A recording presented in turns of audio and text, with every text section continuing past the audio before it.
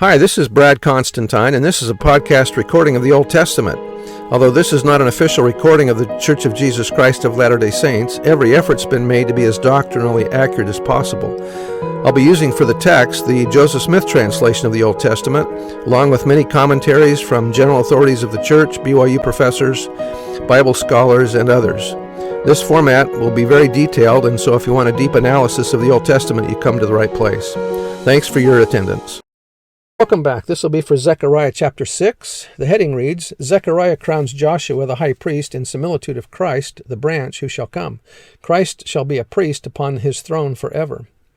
Verse 1, And I turned and lifted up mine eyes and looked, and behold, there came 4 chariots out from between 2 mountains, and the mountains were mountains of brass. In the first chariot were red horses, and in the second chariot black horses. And in the third chariot were white horses, and in the fourth chariot grizzled and bay horses. Then I answered and said unto the angel that talked with me, What are these, my Lord?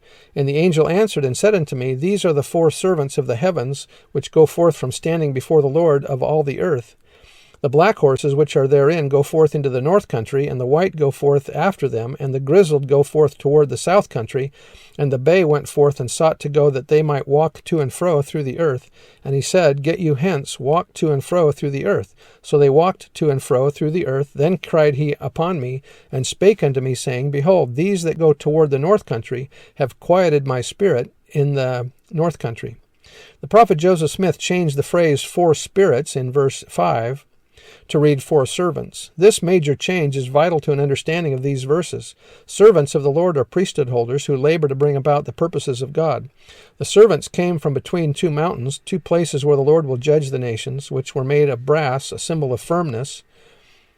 The 4 servants went throughout the earth in chariots drawn by horses of different colors. The black horses, the only ones not previously mentioned, seem to represent death or mourning. John the Revelator also spoke of the 4 servants or angels who stood at the 4 corners of the earth in Revelation 7, which reads, And after these things I saw 4 angels standing on the 4 corners of the earth, holding the 4 winds of the earth that the wind should not blow on the earth, nor on the sea, nor on any tree. In the book of Doctrine and Covenants, section 77, it asks a question in verse 8, What are we to understand by the 4 angels spoken of in the 7th chapter and 1st verse of Revelation? Answer, we are to understand that they are 4 angels sent forth from God, to whom is given power over the 4 parts of the earth to save life and to destroy. These are they who have the everlasting gospel to commit to every nation, kindred, tongue, and people, having power to shut up the heavens, to seal up unto life, or to cast down to the regions of darkness. These angels are those who in 1831 were waiting the great command to reap down the earth, to gather the tares that they may be burned.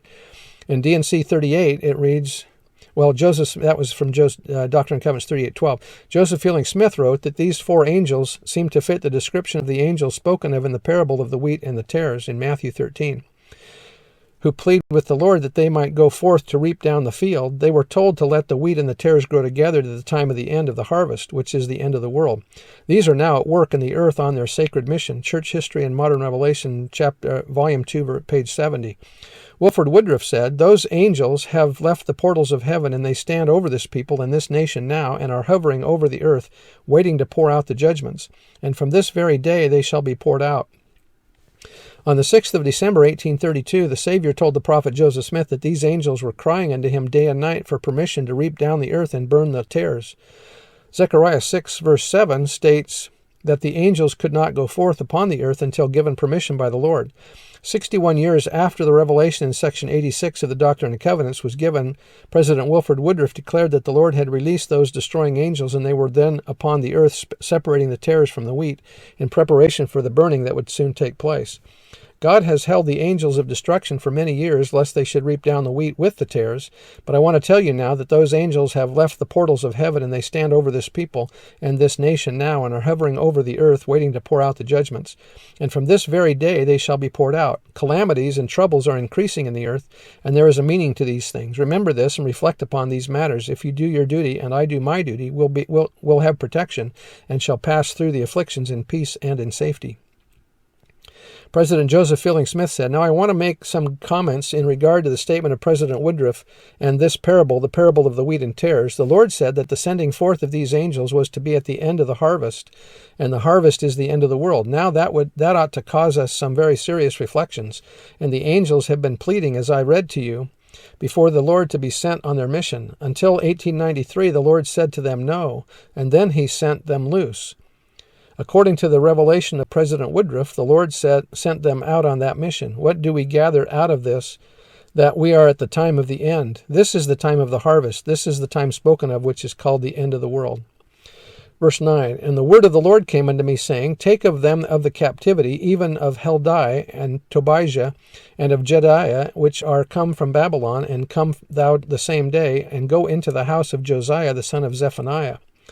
Then take silver and gold, and make crowns, and set them upon the head of Joshua the son of Josedech the high priest, and speak unto him, saying, Thus speaketh the Lord of hosts, saying, Behold, the man whose name is the branch, in Hebrew, branch is his name, and from beneath him one shall branch forth, and he shall build the temple of Jehovah. And he shall grow up out of his place, and he shall build the temple of the Lord."